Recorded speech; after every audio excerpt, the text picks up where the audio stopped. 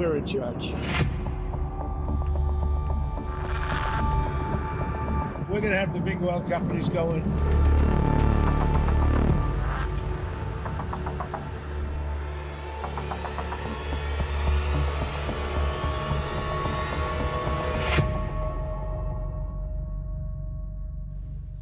Venezuela में China के बहुत जबरदस्त असेट्स थे, ऑयल में असेट्स थे, आपके टेलीकम्युनिकेशन में असेट्स थे।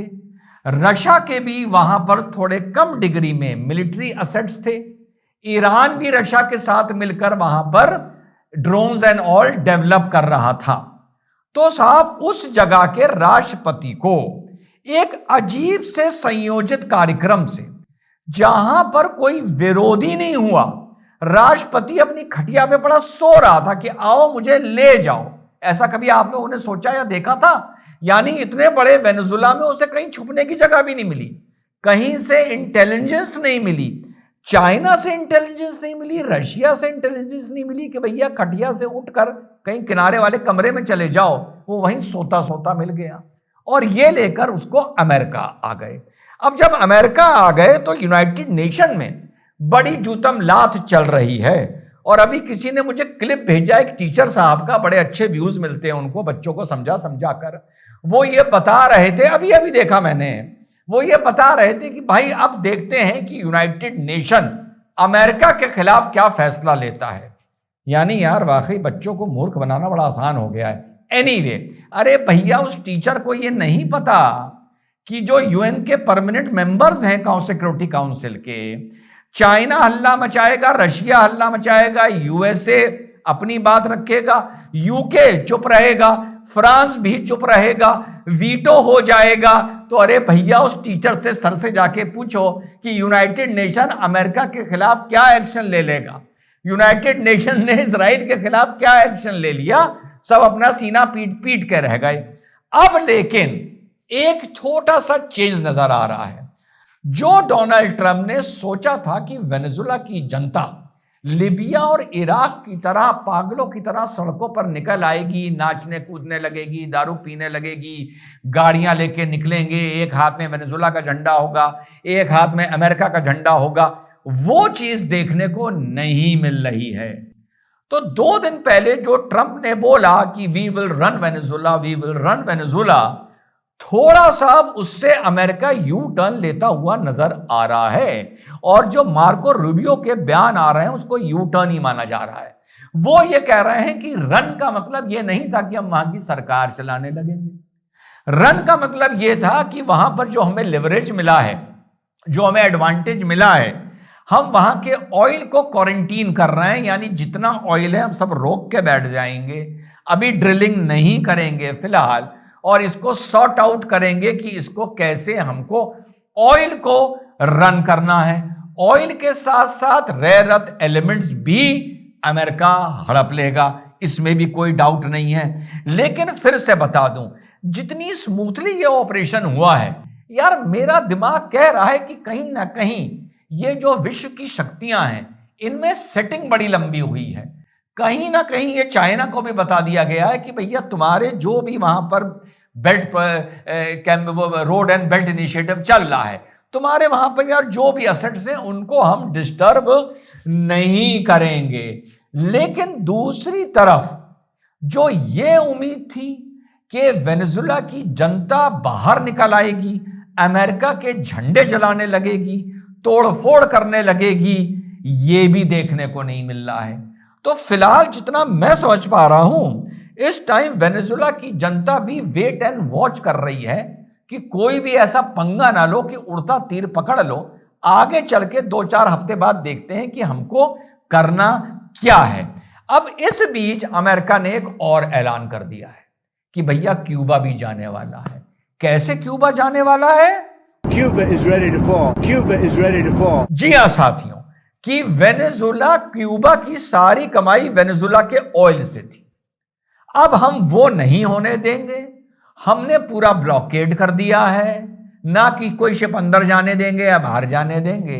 तो क्यूबा अपने आप क्रम्बल कर जाएगा, अपने आप क्रैश कर जाएगा। ये बड़ा डेवलपमेंट है। अब इसके साथ साथ निकोलस मदुरो के बेटे का एक वीडियो आया है जो उसने वेनेजुएला की जनता को एड्रेस किया है और उसमें वो साफ तौर पर आगे इस लड़ाई को बढ़ाने की बात कर रहा है।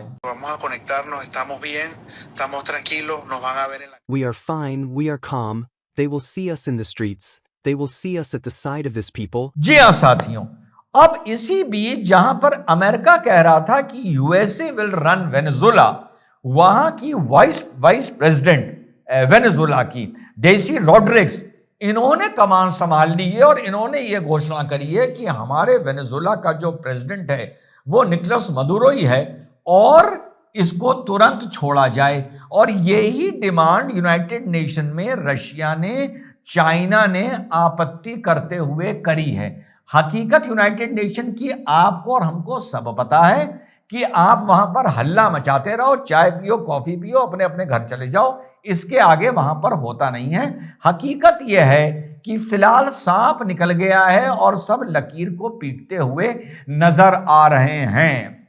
अगर ये जो नजर आ रहा है, अब कोई ये ना समझाए हमको कि भैया किसी में कहां हिम्मत है जो अमेरिका के नीचे जाके वेनेजुएला में अमेरिका से पंगा ले ले या उसके इस फैसले को चैलेंज कर दे। ना, हमें ना समझाना, हम बहुत पुराने हैं, हमने वो दौर देखा है यूएसएसआर के टाइम का जब क्यूबा को लेकर यूएसएसआर खुला अमेरिका से पंगा लिया करता था और अमेरिका की सैंक्शन लगाने के अलावा हिम्मत नहीं थी कि क्यूबा का बाल भी बाका कर दे।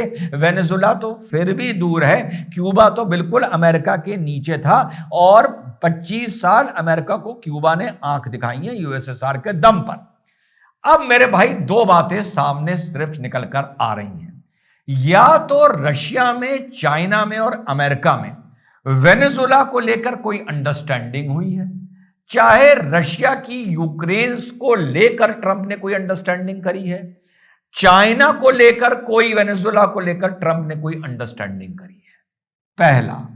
दूसरा, अगर अंडरस्टैंडिंग नहीं करी है, कोई अंडरस्टैंडिंग नहीं है, अमेरिका ने रशिया और चाइना को यह कार्रवाई करने से पहले कॉन्फिडेंस में नहीं लिया, मान लीजिए दोनों ऑप्शन दे रहा हूं, तो एक बार 2025 की जनवरी में जो एक बाइपोलर वर्ल्ड की बात हो रही थी, इसमें रशिया भी बोलता था, इसमें चाइना भी बोलता था, वो बाइपोलर वर्ल्ड फिलहाल के हालातों में खत्म होता नजर आ रहा है साथियों।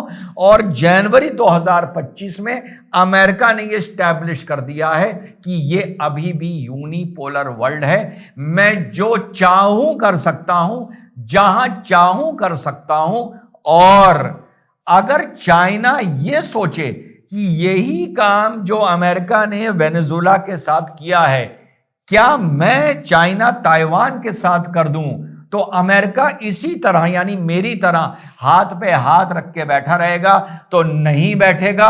कम से कम 3 एयरक्राफ्ट कैरियर उसके ताइवान की तरफ निकल जाएंगे और चाइना की अथॉरिटी को वो चैलेंज करेगा कि ताइवान पर हाथ ना लगाना।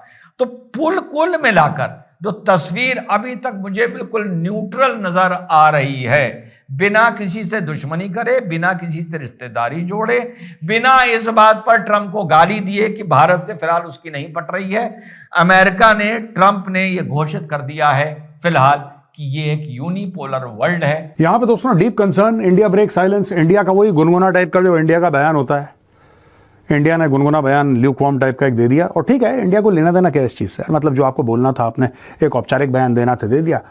ये इन्होंने उसको पकड़ के ले गए हैं मडूरो को, तो इंडिया ने निंदा कर दी। अगर उसको मार डालते, घोर निंदा करते, फिर आगे निकल लेते, कोई दिक्कत नहीं है, that's okay. I agree with their policy, ज्यादा कुछ स्ट्रेस नहीं लेना।